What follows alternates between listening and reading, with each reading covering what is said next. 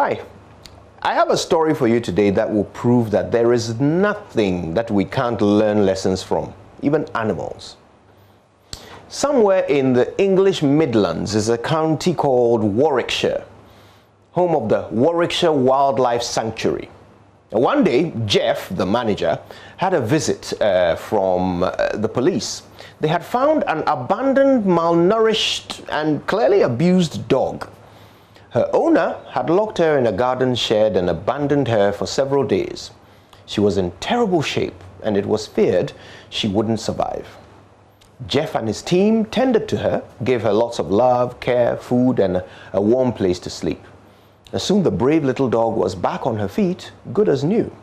They named her Jasmine. And soon it was time for Jeff and his team to find Jasmine a new home, but she had other ideas. No one remembers now how it began, but Jasmine started welcoming all animal arrivals at the sanctuary. It wouldn't matter if it was a puppy, a fox, a rabbit, or a rhinoceros. Jasmine would peer into the box or cage and, wherever possible, deliver a welcoming lick.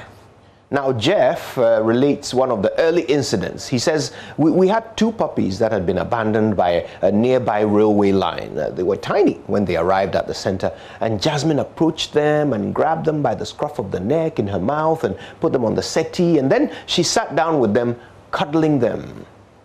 Jeff explains further in the article that Jasmine is like that with all animals: foxes, badgers, guinea pigs, even the rabbits. She takes all the stress out of them, and it helps them to settle into their new surroundings at the sanctuary. And of course, they forget about all the abuse and neglect that brought them there. She even lets the birds perch on the bridge of her nose. Jasmine, the timid, abused, deserted dog, became the animal sanctuary's resident surrogate mother. And the list of orphaned and abandoned young creatures that she has cared for includes 5 foxes, 4 badgers, 15 chicks, 8 guinea pigs, 2 stray puppies, and 15 rabbits.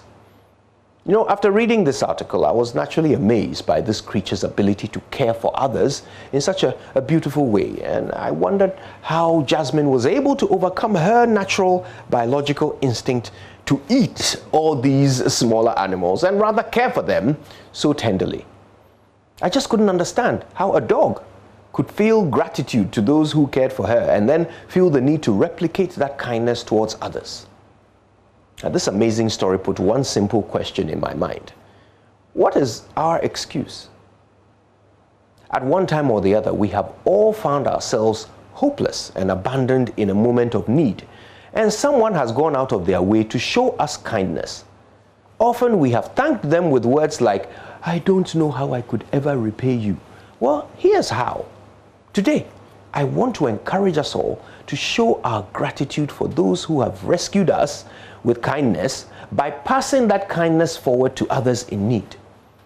Each act of kindness will be your way of paying the bill for the blessings that you have received from others. Today is the perfect day to start this. Start this morning and do it always. There are opportunities for showing kindness all around us. But if you're not sure where to start, how about, just tweeting the name of the person you rescued with kindness using the hashtag #AMShow. And I will read them out and say a big thank you to them on your behalf.